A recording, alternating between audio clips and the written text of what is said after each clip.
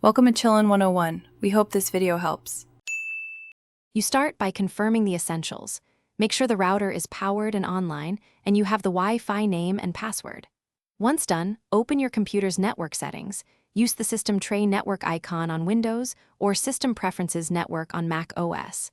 You're doing this now to access available networks. Make sure your Wi-Fi adapter is enabled. If it's off, enable it here.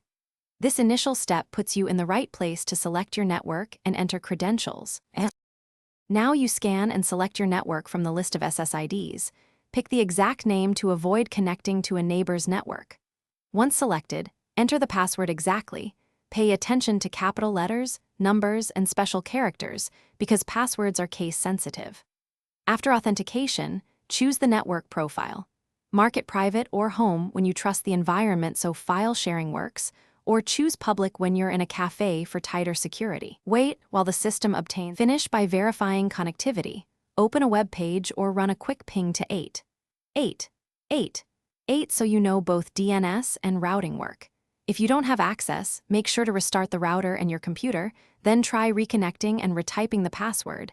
Sometimes a typo or cached credential blocks access. If problems persist, check your wireless adapter drivers and firewall rules, and make sure the router isn't blocking new devices. One key tip: rebooting the router resolves many transient issues. Thanks for watching. Consider subscribing if we helped you.